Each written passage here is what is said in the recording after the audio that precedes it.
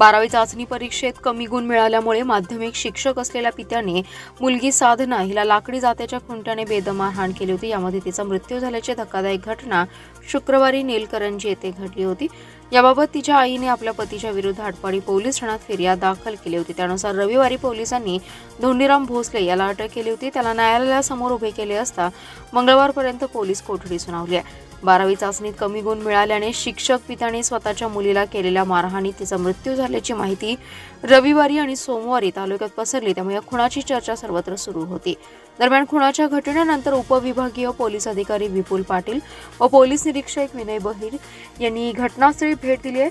माध्यमिक शिक्षक असलेल्या संशयित धोंडीराम भोसले याला रविवारी अटक केली आहे। त्याला न्यायालयामध्ये हजर केले असता 24 जूनपर्यंत पोलीस कोठडी सुनावण्यात आली आहे। याबाबत आटपाडी पोलिसांकडून आरोपपत्र न्यायालयासमोर सादर करण्यासाठी तपासाला गती दिली जाते।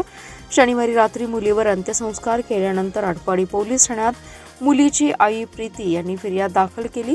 आरोपी धोंडीराम भोसले यांना अटक करण्यात आली असून न्यायालयाने त्याला 24 जूनपर्यंत पोलीस कोठडी दिली आहे। याबाबत अधिक तपास पोलीस निरीक्षक विनय बहिर करत आहेत। मी विनय रामचंद्र बहिर, पोलीस निरीक्षक, पोलीस ठाणे आटपाडी येथे प्रभारी अधिकारी म्हणून काम करत आहे। दिनांक 22/6/2025 रोजी रात्री 3:12 प्रीती भोसले राहणार नीलकरंजी यांनी पोलीस ठाणे आटपाडी येथे फिर्याद दिली की त्यांचे पती धोंडीराम भोसले यांनी तिची मुलगी ही मारहाण केल्याने ती गंभीर आजारी झाल्याने तिला उपचारकामी हॉस्पिटलला नेले। उपचार चालू असताना मयत झाली। त्यामुळे प्रीती भोसले यांच्या फिर्यादीवरून आरोपी धोंडीराम भोसले याच्या विरुद्ध भारतीय न्याय संहिता कलम 103(1) व ज्युव्हेनाइल जस्टिस ॲक्ट 75 प्रमाणे गुन्हा दाखल करून आरोपीस गुन्ह्यात अटक करण्यात आली असून आरोपीस माननीय न्यायालयात हजर केला असता माननीय न्यायालयाने आरोपीची 24 तारखेपर्यंत पोलीस कस्टडी रिमांड दिली आहे। पुढील गुन्ह्याचा तपास चालू आहे। मुलीला कॉलेजमध्ये जी टेस्ट होती त्या टेस्टमध्ये कमी मार्क्स मिळाले नाही, त्यामुळे वडिलांनी मारहाण केली आहे। जगन्नाथ जावीर, नीलकरंजी गावचा पोलीस पाटील। परवाच आमच्या गावाची एका मुलीचा मृत्यू झाला मारहाणीमध्ये। ती घटना अतिशय दुर्दैवी आहे। त्या घटनेमुळे आमच्या संपूर्ण गावावर एक शोककळा पसरलेली आहे।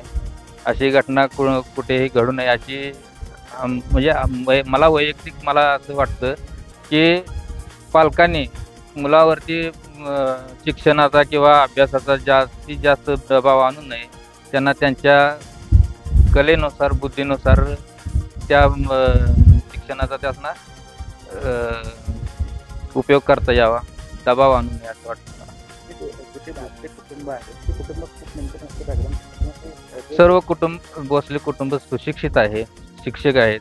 आमच्या नीलकंठी शाळेवरती जवळजवळ 10-15 वर्षे झाले शिक्षक आहेत आणि या शाळेचा इतिहास आहे। 100% निकालाची परंपरा आहे आणि ती आत्ताची ही दुर्दैवी मुलगी आहे, तिला देखील 92% मार्क 10वीला होते आणि आमच्या शाळेत पहिला नंबर तिचा आलेला होता। 4 मुलगी होती।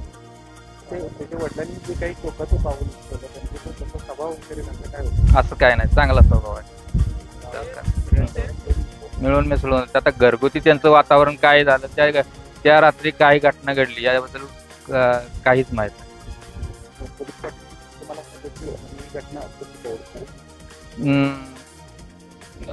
पोलीस पाटील म्हणून कळले, दवाखान्यातून सांगलीहूनच फोन आला की असं धोंडीराम भोसले यांची मुलगी मयत झालेली आहे। त्याबद्दल काय माहिती आहे का बघा। त्याबद्दलची जी काही माहिती असेल आम्हाला ते आम्ही पोलीस स्टेशनला दिलेली आहे।